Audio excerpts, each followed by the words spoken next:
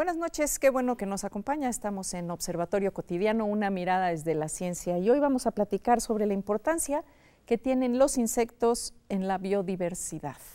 Este es todo un tema, y desgraciadamente un tema muy de actualidad, y siempre hemos mirado el mundo de los insectos como algo que nos perturba, que nos molesta, que nos tenemos que deshacer de los insectos en casa, que es malo tener bichos alrededor, y realmente este ha sido uno de los grandes temas por los cuales pues hoy nos encontramos hablando de insectos y de su importancia para la vida en este planeta, para la reproducción de las plantas y para muchos otros procesos. Y para ello me van a acompañar esta noche en el estudio la doctora Susana Aurora Magallón Puebla. Ella es la directora del Instituto de Biología de la UNAM. Susana, muchísimas gracias. Hola, buenas noches. Muchas gracias por estar con nosotros. También está el doctor Ismael Alejandro Hinojosa Díaz. Él es investigador del Instituto de Biología de la UNAM. Pues muchas gracias a los dos. Y sin más, ¿por qué no entramos un poco a definir bien de qué hablamos cuando hablamos de insectos? ¿Qué son los insectos? Los insectos son un grupo de animales que se definen como parte de algo que se llama artrópodos, o sea que son parientes de las arañas, de los crustáceos, de los ciempiés y de otras cosas por ahí asociadas. En particular, los insectos son artrópodos que tienen 3 pares de patas. Mucha gente se confunde, piensa que las arañas son insectos, pues pero digamos que la manera fácil y coloquial de separarlos es que los insectos tienen 6 patas. Y se asocia mucho que los insectos tienen alas, pero no todos los insectos tienen alas. Hay insectos que no vuelan, que son ápteros, como le llamamos. Entonces, de manera simple, diríamos que son animales pertenecientes a un grupo muy grande que se llama artrópodos, que tienen 6 patas, muchos pueden volar y son mega diversos. Ese es uno de los temas más importantes, ¿no? Creo que es uno de los grupos más diversos que existen, ¿no?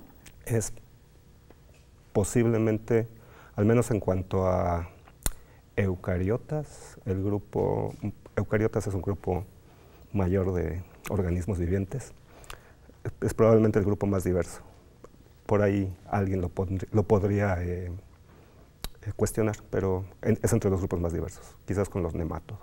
¿Y por qué son tan importantes? ¿Por qué son tan importantes los insectos?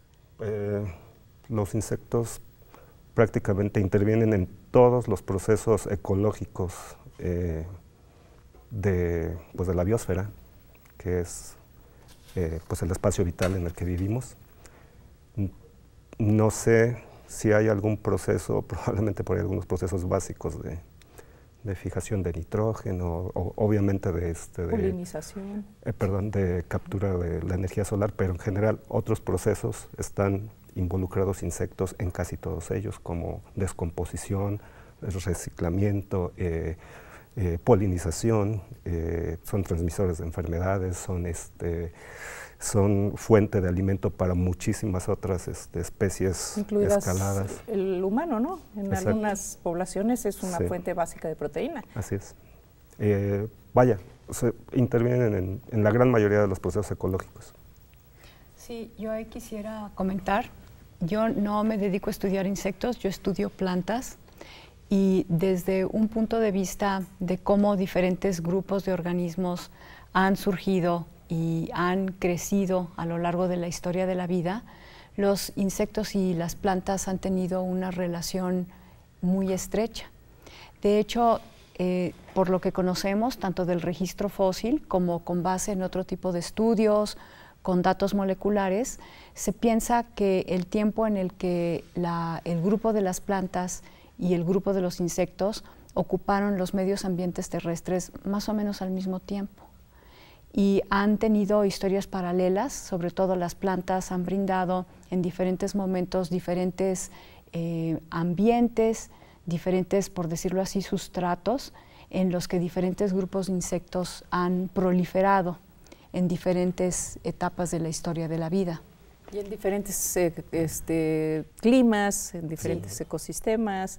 Realmente esta interacción, pues, de esas positivas, ¿no? En donde hay un gana-gana. Sí, así es. Específicamente, como dijo Ismael, los insectos es un grupo con una riqueza de especies extraordinaria. Tiene, según lo que he visto, aproximadamente 1 millón de especies conocidas, pero las que no conocemos puede duplicar o triplicar ese número.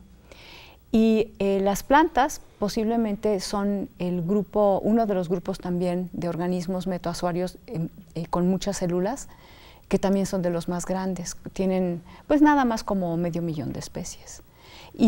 Pero gran parte de esas especies son las plantas con flor. Son aproximadamente 300.000, 400.000 especies. Y con este grupo es con quien los insectos han tenido unas relaciones muy estrechas, específicamente en el aumento de su riqueza de especies y cómo un grupo ha potenciado al otro en diferentes partes de sus historias evolutivas. Una de las cuestiones que son especialmente importantes es, por ejemplo, la polinización, que ahí realmente es una sinergia entre los insectos y las flores. Hay insectos que son especialistas en ciertas flores, otros que son generalistas, pero también aquí, hablando por parte de las plantas, hay flores que realmente no solamente esperan a ser manipuladas, sino realmente ellas manipulan al insecto. Por ejemplo, algunas orquídeas le hacen una especie de caminito por donde tiene que entrar la abeja, por donde tiene que salir. Para que sea efectivo el proceso de polinización. Efectivamente, y para que tenga especificidad, o sea, que solamente se polinice las plantas de esa especie de orquídea. Y por ese tipo de abeja, para garantizar que el polen pues no se desperdicie gratuitamente, ¿no?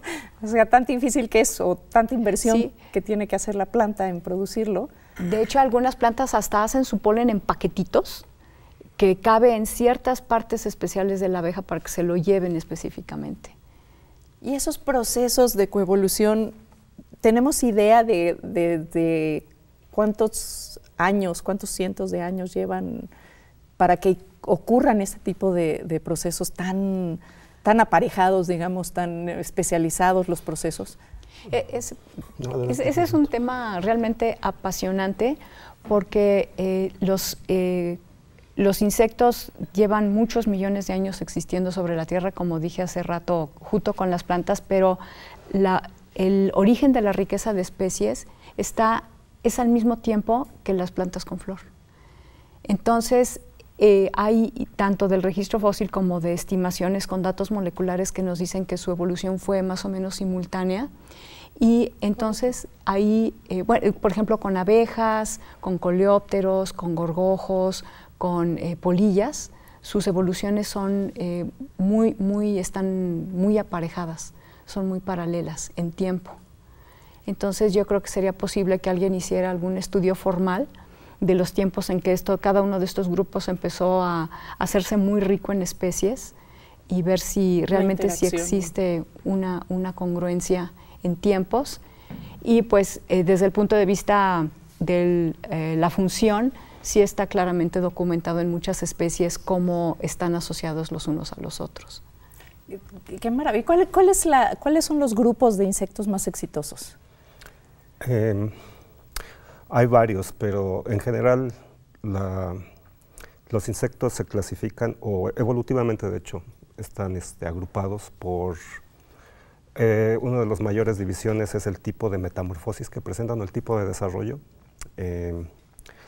Hay un grupo de insectos que llamamos holometábolos, los que los estudiamos, los biólogos, que significa que tienen metamorfosis completa, lo cual es, si uno piensa en una mariposa, es cuando uno ve la oruga viene de un huevo que se volvió la oruga, y la oruga se transforma luego en la crisálida, y la crisálida es el paso previo al adulto. Entonces todas esas etapas son lo que conforma un insecto llamado holometábolo, que son, pues como mencionaba, las mariposas, los escarabajos, un grupo mayormente conocido como moscas, que incluye un montón de cosas que parecen moscas, mosquitos y otras cosas así.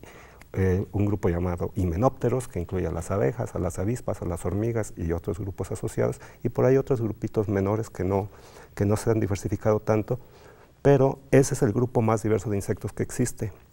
El resto de los insectos tienen lo que se llama desarrollo pues directo, o sea, van creciendo como nosotros, o sea, nacen pequeñitos del huevo y van desarrollando en tamaño. Pero hay grupos también muy exitosos dentro de ese otro grupo, como los ortópteros, que incluye a los chapulines, a los grillos, que son plagas de muchas cosas. Pero vaya, entonces decía que los holometábolos, o sea, esos en los que hay larvas, paso previo al adulto y adulto, son los más exitosos. Se supone porque son capaces de explotar medios distintos, los juveniles y los adultos, entonces no hay una competencia. Exacto, se pueden dispersar ecológicamente, espacialmente y a veces temporalmente mucho más. Entonces eso los ha hecho muy exitosos.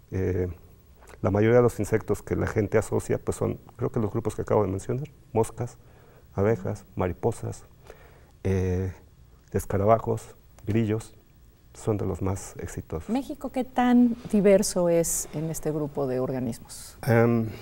Pues depende del grupo, pero en general más o menos sigue los patrones de la diversidad en general de todos los organismos. O sea, México es una cosa ya un poco cliché para nosotros los biólogos, pero es cierto, es un país megadiverso. Así inician todas las tesis de los biólogos. México es un país megadiverso. Y es verdad. Es cierto. Entonces, es alrededor del 10% de la biodiversidad se encuentra en México y eso se cumple para muchos grupos de insectos también. En algunos grupos más, en algunos menos, pero en promedio más o menos eso. Entonces, si hablamos de que en el mundo hubiera unos 2 millones, depende las estimaciones. Hay quien estima que hay hasta 30 millones de especies por describir o presentes en el planeta, son estimaciones de insectos. Entonces, si fuera eso, pues en México tenemos, digamos en números reales, si hay 1 millón, aquí tendríamos 100,000 especies de insectos. Si hubiera 30 millones, pues aquí tendríamos 3 millones. Híjole, y también vamos a hacer nuestra pausa de medio tiempo, pero para ello me gustaría que regresáramos también, que nos explicaran un poquito cómo se estima las poblaciones y cómo se estiman las especies, ¿no? En función de lo que se conoce, cómo podemos y cómo se hace desde la biología estas estimaciones de lo que puede ser, ¿no? Y qué tantas veces le hemos atinado. A veces es muy difícil porque, bueno, imagínese usted, la riqueza del planeta todavía está por descubrirse, más allá de que en muchos sentidos pues estemos agotando los recursos, incluso recursos que ni sabemos que existen todavía. Sí.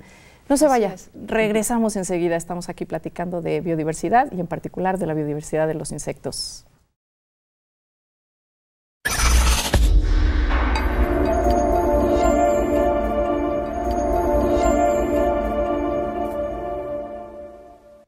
Susana, regresamos contigo, estábamos comentando en la pausa y lo que dejamos pendiente para la pausa. Sí, la pregunta que hiciste de cómo se calcula cuántas especies hay es sumamente interesante, porque una manera clásica de hacerlo es simple y sencillamente ir al campo, colectar y ver si encontramos cosas nuevas cada vez que colectamos. Entonces, si cada vez que vamos al campo traemos especies nuevas, podemos saber que todavía hay cosas ahí por descubrir.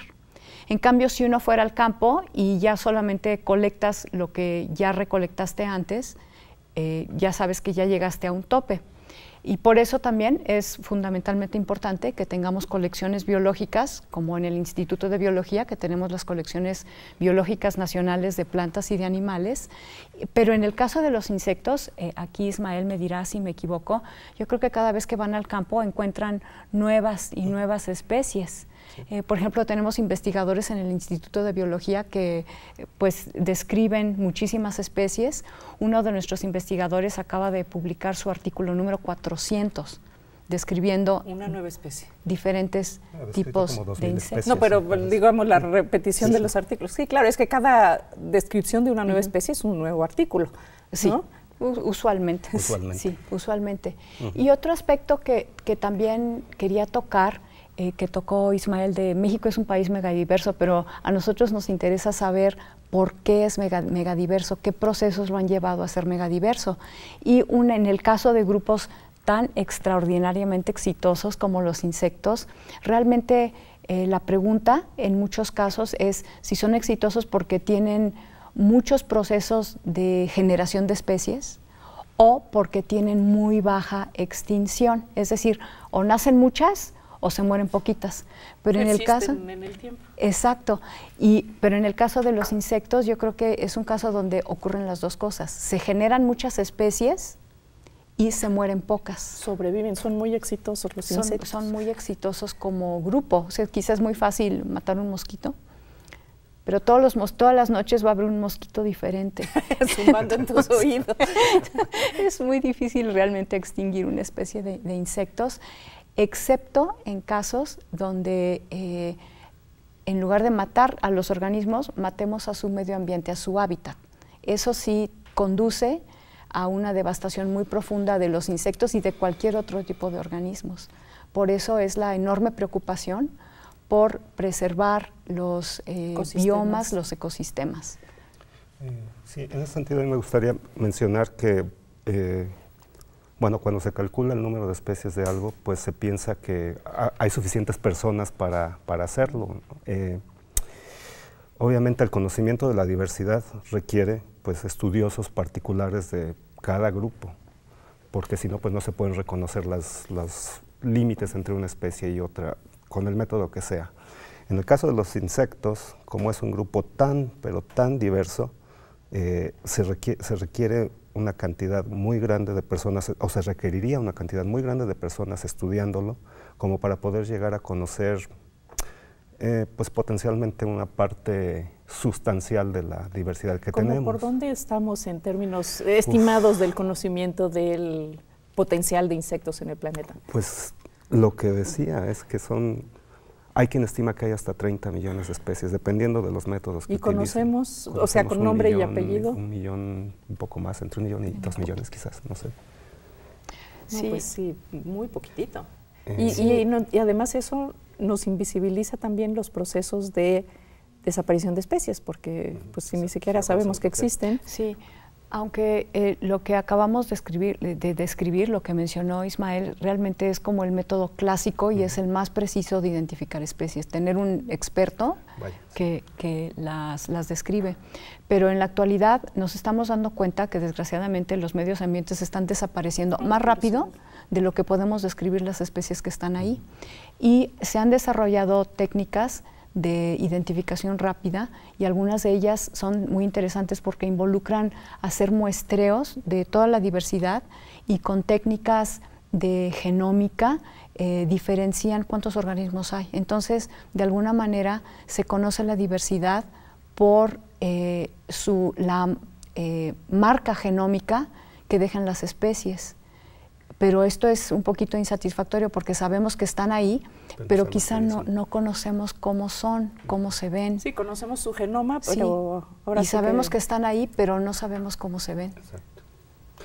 Por ejemplo, había hace poco, bueno, hace un par de años quizás, en los seminarios que se dan en nuestro instituto, vino algún investigador estadounidense a presentar un proyecto que está haciendo con colegas de acá de México, donde estaban encontrando una cantidad enorme de especies nuevas de hormigas. Nosotros vemos a las hormigas es un grupo diverso, pero ellos estaban utilizando técnicas de recolección en el campo nuevas, estaban colectando pues, suelo, hojarasca y las ponían en unos aparatos filtradores que al final daban muestras de hormigas que nadie ha visto, nadie sabe. Entonces el número de especies está aumentando en ese sentido y como dice Susana, los entomólogos cuando vamos al campo, a cualquier muestreo, en mi caso, yo trabajo con un grupo específico de insectos que son las abejas, un montón de los especímenes que yo tengo ni siquiera les puedo poner nombre, porque o son especies nuevas, o son tan diversas que quizás alguien ya describió por ahí algo, pero no están publicadas, no hay tratamientos como tal. Entonces, una de las maneras que dice, como dice Susana, de cuantificar es utilizando técnicas de muestreo de este estilo.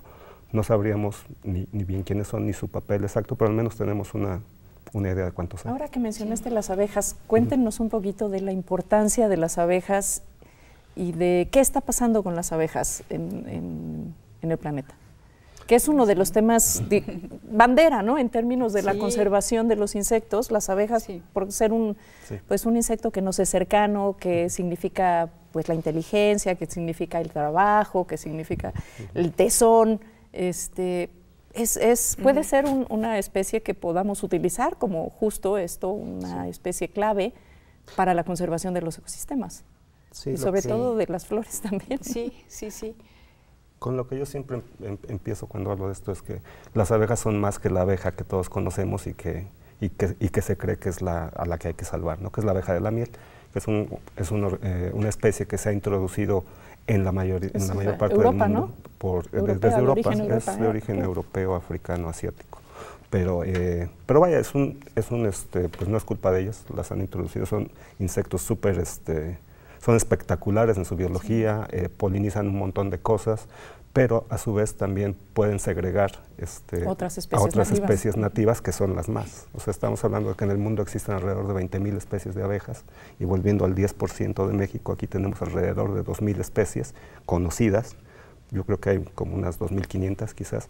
Pero esto de la crisis de las abejas, entonces la abeja de la miel está sufriendo un tipo de problemas que también las otras abejas naturales están sufriendo, que son exportación de enfermedades que se pasan de una especie a otra porque pues son similares, y la abeja de la miel la mueven de un lugar a otro para polinización. Es muy importante en muchas partes de Estados Unidos, sí, incluso en México se mueve. Desde Iowa las bajan a California. Exacto, exacto. Sí. Y bueno, y parte del problema es ese movimiento que hacen de las colonias manejadas, pues eso las pone en estrés y entre otras cosas eso causa los problemas que están viendo actualmente con esto. Pero las otras especies de abejas, que son las más, que aquí en México tenemos un montón de especies nativas, polinizan un montonal de plantas con flores, sí.